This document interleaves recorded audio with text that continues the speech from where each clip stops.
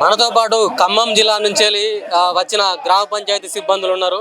అంటే మాకు 6 నెలల నుంచి జీతాలు రావట్లేదు, ఎవరు కూడా మమ్మల్ని పట్టించుకోవట్లేదు, ఖచ్చితంగా మాకు జీతాలు రావాలని చెప్పేసి ఇక్కడ మన ఇందిరా పార్క్ దగ్గర ధర్నా అయితే చేస్తున్నారు. సో వాళ్ళతో మాట్లాడే ప్రయత్నం చేద్దాం. బాబు నమస్తే. నమస్తే అండి. ఏం పేరే? నా పేరు నాగేశ్వరరావు. ఖమ్మం జిల్లా కామేపల్లి మండలం కొత్త లింగాల గ్రామ పంచాయతీ. ఎన్ని నెలల నుంచి జీతాలు అసలు? 5 నెలలు అయింది. 5 నెలల నుండి రావడం లేదు. ఇంతకు ముందు కూడా 7 నెలల పెండింగ్లు ఉన్నాయి. ఆ 7 నెలల పెండింగ్లు కూడా అంతకుముందు మేము కలెక్టర్లకి వీళ్ళకి రిప్రజెంటేషన్ ఇచ్చి ధర్నాలు గట్ట చేస్తానంటేనే తాపక 2 నెలలు వేసారు. ఇప్పుడు 5 నెలలు మాకు జీతాలు రాక మరి గ్రామ సెక్రటరీ గారిని అడిగితే మమ్మల్ని ఏం చేయమంటారు. మరి ముఖ్యమంత్రి గారు మీకు గ్రీన్ ఛానల్ ద్వారా జనవరి నుంచి 1వ తారీఖు నుంచి మరి 5వ తారీఖు లోపు జీతాలు వేస్తామని చెప్పారు. ఇక మీకు చెక్కులు లేవేమి ఆయన అయితే మీరు తీసుకోవటమని సెక్రటరీ గారు అంటుండు. మరి ముఖ్యమంత్రి గారు సాక్షాత్ ముఖ్యమంత్రి గారే గ్రీన్ ఛానల్ ద్వారా మీకు 5వ తారీఖు లోపు జీతాలు వేస్తామని చెప్పిండు.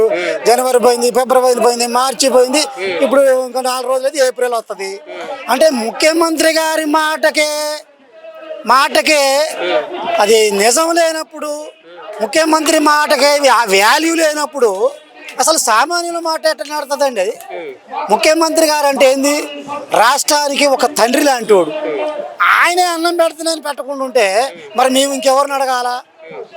ఏ శాఖ అయినా ఏ ఉద్యోగం అయినా ముఖ్యమంత్రి గారిని అడుగుతారు. ఏదైనా అయ్యా మాకు ఎట్లుంది, మా పరిస్థితి బాగలేదు, మాకు జీతాలు ఇవ్వండి అయ్యా, మమ్మల్ని బాగు చేయండి అయ్యా అని. ముఖ్యమంత్రి గారు అబద్ధం చెప్తే మరి మేము ఎవరికి చెప్పుకోవాలా? రేవంత్ రెడ్డి గారు నోటి మాటలతోనే అనడు.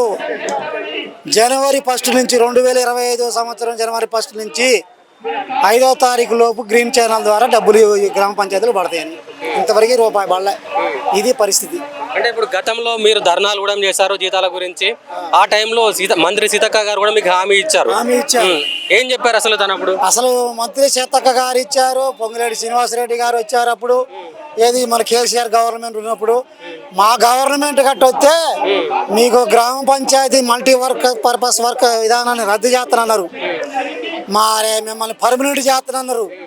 మీకు 18,000 రూపాయలు కనీస వేతనం ఇస్తానన్నారు. ఉద్యోగ భద్రత కల్పిస్తానన్నారు. తర్వాత హెల్త్ కార్డులు కూడా ఇస్తానన్నారు. అసలు ఇవన్నీ పక్కకు పెట్టి జీతాలు ఇచ్చే పరిస్థితి లేదు ఇప్పుడు.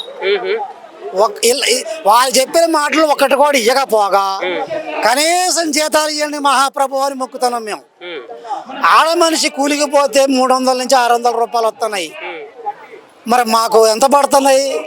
270 రూపాయలు పడుతున్నాయి. మేము ఎంత పని చేస్తున్నామో గ్రామ పంచాయతీలకు వచ్చి మీరు చూడండి, ప్రత్యక్షంగా కనపడుద్ది. మేము బ్లీచింగ్ పౌడర్ చల్లాల, లైట్లు వేయాల, ట్యాంకులు కడగాల, డ్రైనేజీని శుభ్రం చేయాల, బజార్లు ఊడవాల, కుక్క తెచ్చినా కోడి తెచ్చినా మంచి అయినా చెడైనా మేమే శుభ్రం చేయాల. తర్వాత మనిషి చనిపోయిన తర్వాత కరోనా టైంలో మనిషి చనిపోతే మేము అసలు వాళ్ళకి ఊళ్ళో ఎవరు ముట్టుకోకపోతే మేమే తీసుకుపోయి దహనం చేస్తే నాకు కరోనా వచ్చింది, నా కుటుంబం అందరూ కరోనా వచ్చింది. కనీసం ప్రభుత్వం నాకేమాత్రం కూడా నాకు 10 రూపాయలు ఇవ్వలే. అయినా కూడా ఓర్చుకొని మేము ఉద్యోగాలు చేస్తాను. ఏం 9,500 రూపాయలు మీకు ఎక్కువైందా? కరెంట్ జనాలు మీ అందరికి గవర్నమెంట్ అయింది అని అంటున్నారు. నిజమైన అసలు ఏమైందని? కాంట్రాక్ట్ మీకు ఇప్పుడు కాంట్రాక్ట్ బేస్డే కదా, గవర్నమెంట్ జాబ్ వచ్చింది వాళ్ళకి ఏందని చెప్పేసి అనుకుంటున్నారు. అస్సలే కాదండి. గవర్నమెంట్ అయిన తర్వాత మరి జీతాలు ఎందుకు రావు? అదే మరి మీ ఊళ్ళనే అంటుంటారు కదా, అరే వాళ్ళకేంద్రా గవర్నమెంట్ ఉద్యోగం అంటారు. అంటవే కాదు, వాళ్ళు కూడా బాధపడుతున్నారు. ఇప్పుడు గ్రామాల్లో ఉన్న ప్రజలు కూడా మీరు మంచిగానే పని చేస్తారబ్బా, మరి మేమేం చేసాం, గవర్నమెంట్ ఇవ్వాలి డబ్బులు, మేమేం చేసామబ్బా, మేము ఇంటి పనులు కడతాను, మేము చేసే పని మేము చేస్తాను, ఇంటి పనులు మేము కడతాను, మరి మేము ప్రజలం కాబట్టి ప్రభుత్వానికి సహకరిస్తాను, మరి ప్రభుత్వం మీకు జీతాలు ఇవ్వాలి, మేమేం చేయాలా? మాకు ఇంటి పనులు కట్టికపోయినా మీకు జీతాలు రావన్నారండి. మాతోని ఇల్లు తిరిగి దండం పెట్టి దశకం పెట్టి మేము ఇంటి పనులు కట్టించినాం. 95% కట్టించిన ఇంటి పనులు మేము. 5 దేశపాటు ట్రెజర్లు వేసారు, రూపాయి రావట్లే. మేము ఏం చేయాలా? ఏం తినాలి చెప్పండి? ముఖ్యమంత్రి గారి మాటకే గెలవలేనప్పుడు, ఆ మాటకే అమలు లేనప్పుడు మరి మేము ఎవరిని అడిగాం? ముఖ్యమంత్రిని కాకపోతే ఇంకెవరిని అడుగుతాం? ఇప్పుడు రాష్ట్రానికి అసలు ఆఖరుడు ఆయనే, మొదలు ఆయనే, చివరి ఆయనే. మరి ఆయన మాటకి గెలవలేనప్పుడు మేము ఎవరిని అడగాల? మరి మాకు ఎవరు ఇవ్వాలా? ఏంటంటే ఒక పని చేయమనండి, మీకు ఇష్టం లేకపోతే ఇప్పుడు ఆయన నేను సీతక్క గారు అన్నదట కదా, గ్రామ పంచాయతీ వర్కులు డబ్బులు ఇద్దాం అనుకుంటున్నాం కానీ బడ్జెట్ లేదు అన్నదట. మరి బడ్జెట్ లేకపోతే తీసేయండి, తీసేసి ఆ పని ఉంది మీరు చేసుకోండి, మేము వద్దంటున్నాం. నువ్వు మమ్మల్ని తీసేవైతివి, మాకు జీతాలు ఇవైతివి, ఉదయం 6 గంటల కానీ సాయంత్రం 6 గంటల వరకు ప్రతి ఒక్కరు మమ్మల్ని బెదిరించుడు కాడే. ఎవరు అంటే మెయిన్గా మీరు ఈ పని చేసేటప్పుడు, ఈ గ్రామ పంచాయతీకి సంబంధించిన పని చేసేటప్పుడు ఎటువంటి బాధలు ఎదుర్కొంటారు అసలు? బట్ ఎటువంటి బాధ అంటే సెక్రటరీ గారు వస్తలేండి, 6ంటికి ఆయన దగ్గర ఉండాలా.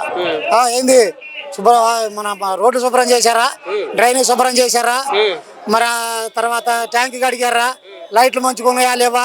లైట్లు కూడా మేమే అండి, ఎలక్ట్రీషియన్ కూడా లేకుండా మల్టీపర్పస్ వర్కర్లు మేమే లైట్లు పెడతాను.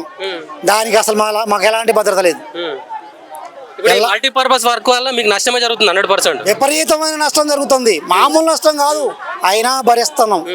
ఒకవేళ కొన్ని రోజులకైనా ఈ మల్టీపర్పస్ విధానాన్ని తీసేసి ఎవరి పని వాళ్ళకి అప్పచెప్తాం. గతంలో ఈ జీవో తీసుకొచ్చింది BRS party. So BRS party GO తీసుకొచ్చినందుకు మీ గ్రామ పంచాయతీ సిబ్బందులు అందరూ కలిపి ఖచ్చితంగా బీఆర్ఎస్ పార్టీకి వ్యతిరేకంగా పోరాడారు, ప్రభుత్వాన్ని గద్దెదింపడం జరిగింది. సో దాన్ని మీరు ఇప్పుడు వీళ్ళు కొత్తగా ప్రభుత్వం ఏర్పడిన తర్వాత తీసేస్తామని చెప్పారు. సో ఎవరినైనా కలవడం జరిగింది అధికారులను ఇప్పటివరకు మీరేమన్నా? మేము ఎవరిని కలిసినా వాళ్ళు ఒకటే చెప్తారు, మాదేం లేదబ్బా, ప్రభుత్వం లెక్క, ప్రభుత్వం ఏం చెప్తే అది ఏ జీవో అయితే ఆ జీవోని మేము పాస్ చేస్తాం. ప్రభుత్వ జీవో ప్రకారం మేము పనిచేయడానికి ఉన్నాము. మేము మరి మమ్మల్ని మా కాడికి వచ్చి మమ్మల్ని అడిగితే మేమేం చెప్పాము అని వాళ్ళు అంటున్నారు. మరి మేము ఎవరికి చెప్పుకునేము? ఇక ఒకటే అండి, కేసీఆర్ గారిని ప్రేమించడం, అభిమానించడం, ఆయన ఏ పని చెప్తా చెప్పి భారతదేశంలో ఎక్కడా జరిగినటువంటి అభివృద్ధి చేసి చూపించినాము. మనం కేంద్ర గవర్నమెంట్ నుంచి పథకాలు కూడా వచ్చినాయి అప్పుడు కేసీఆర్ గారు ఉన్నప్పుడు, అంత చక్కగా పనిచేసినాం. ఆయన మమ్మల్ని లెక్క చేయలే. ఇలా ఏ స్థితి అయింది ఆయనకి, కేసీఆర్కి రెట్టింపు అయింది రేవంత్ రెడ్డికి. చరిత్రలో కూడా కాంగ్రెస్ ప్రభుత్వం ఎలాంటి మూల్యం చెల్లించుకుంటుందో అది కాలమే నిర్ణయించింది. మాకు ఏ పార్టీతో సంబంధం లేదు, మేము ఏ పార్టీ మనుషులం కాము, మేము కేవలం గ్రామ పంచాయతీకి సంబంధించిన వర్కర్లం. మాకు ఎవరైతే అన్యాయం చేస్తారో వాళ్ళ మటుకి ఏం చేయాలని మా దగ్గర ఉంటుంది. ఒకవేళ మీ సమస్యలను ప్రభుత్వం పరిష్కరించకపోతే మీ తర్వాత కార్యాచరణ ఎలా ఉండబోతుంది అసలు? చూస్తాం, కొన్ని రోజులు చూస్తాం. పరిష్కరించకపోతే పని చేస్తారా? పని మానేయాల్సి వచ్చింది, సమ్మె చేయాల్సి వచ్చింది. అవసరమైతే సచివాలయం ముందర అసలే మేము ఆమరణ నిరాహార దీక్ష చేయడానికి కూడా సిద్ధంగా ఉన్నాం. అంతే ఇక. మరి ఎందుకంటే మరి మా ప్రత్యామ్నాయం లేదు. మరి మీరు తీసేయట్లేదా, డబ్బులు ఇట్లేదా, మేమేం చేయాలా? మీరు తీసేయట్లే, డబ్బులు ఇటలే. ఒక్క గ్రామ పంచాయతీ కార్మికులకు సంబంధించిన జీతాల కానీ మీకు బడ్జెట్ లేదా? 1,50,000 ఇచ్చేటోడికి బడ్జెట్ అట్ట వచ్చిందండి. 1,50,000ని ఎంతమందికి పంచవచ్చు మనం? అంటే 1,50,000 జీతం ఉన్న జీతగాడికి మీకు బడ్జెట్ ఉంది. కేవలం 9,500 రూపాయలు ఇచ్చే జీతగాడికి బడ్జెట్ లేదు. ఇది సీతక్క గారికి న్యాయమైన ఎట్లా మాట్లాడమా? న్యాయం చెప్పమనండి.